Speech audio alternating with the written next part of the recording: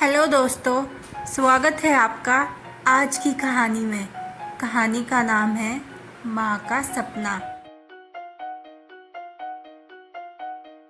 छोटी सी बस्ती में एक मेहनती लड़की राधा अपनी बीमार माँ सविता के साथ रहती थी। सविता के बीमार होने के बाद से राधा ही घर की जिम्मेदारियां निभा रही थी। वह दिन रात मेहनत करती ताकि माँ की दवाइयाँ और घर का खर्चा चल सके।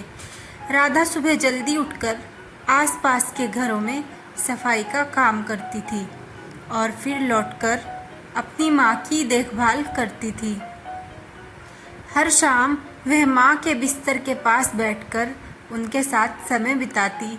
सविता अक्सर राधा से कहती, बेटी, मैं तो बस एक ही सपना देखती हूँ कि तुझे खुश और सुखी देख सकूँ। राधा के पास अपनी पढ़ाई के लिए वक्त नहीं था, लेकिन उसे यकीन था कि माँ का सपना पूरा करना ही उसके जीवन का उद्देश्य है। वह दिन रात बिना रुके काम करती, लेकिन उसकी आंखों में हमेशा अपने सपने की चमक होती। एक दिन राधा को बस्ती के एक स्कूल में नौकरी मिल गई। वह दिन में बच्चों को पढ़ाने लगी और रात में अपनी माँ के साथ बैठकर अपने सपनों की बात करती। उसकी मेहनत और लगन से प्रभावित थे।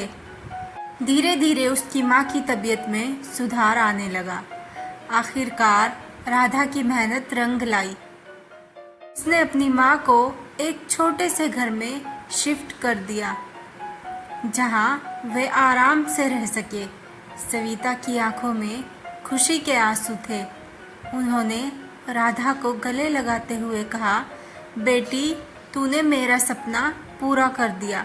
राधा ने माँ के हाथों को अपने हाथों में लिया और मुस्कुराते हुए कहा, माँ, ये तो सिर्फ शुरुआत है। अब मैं अपने सपनों को भी पूरा करूँगी और आपको मुझ पर गर्व होगा। राधा की कहानी ने पूरे गांव में प्रेरणा फैला दी। सबको यकीन हो गया कि मेहनत और लगन से कोई भी सपना पूरा हो सकता है, फिर चाहे रास्ता कितना भी कठिन क्यों ना हो। संदेश: ये कहानी हमें ये सिखाती है कि जीवन में चाहे कितनी भी कठिनाइयाँ आए, हमें अपने सपनों और अपने प्रियजनों के लिए मेहनत और धैर्य नहीं छोड़ना चाहिए। Thanks for watching. Please subscribe the channel for new videos.